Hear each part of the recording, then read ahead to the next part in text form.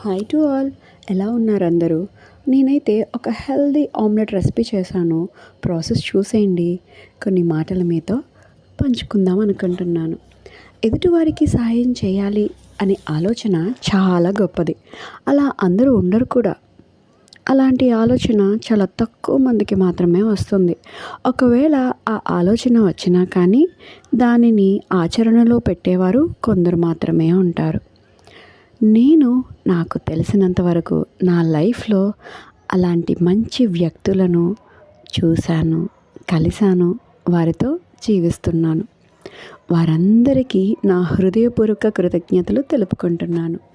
మరైతే ఆమ్లెట్ ప్రాసెస్‌లోకి వచ్చేద్దాం. ఉల్లిపాయ, పచ్చిమిర్చి, కొత్తిమీర సన్నగా తరుక్కొని, అలాగే ఒక క్యారెట్, స్వీట్ కార్న్ కూడా పక్కన పెట్టుకున్న కట్ చేసుకొని, ఇంకా ఎగ్స్ తీసుకొని వాటిని శుభ్రంగా గిలక్కొట్టి వాటిలో ఈ వెజిటబుల్స్ అన్నీ కూడా మిక్స్ చేసేసానండి. కొంచెం సాల్ట్ వేసానంతే, కారం అయితే అస్సలు యాడ్ చేయలేదు, అవసరం లేదు కూడా.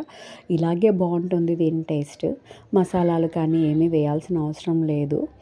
ఇంకా కడాయి పెట్టుకొని కొంచెం ఆయిల్ వేసి కలిపిన మిశ్రమం అంతా కూడా వేసేసుకొని చక్కగా రెండు వైపులా కొంచెం కలర్ చేంజ్ అయ్యేంత వరకు మనకు తెలిసిపోతుంది కదా ఉడికినట్టు.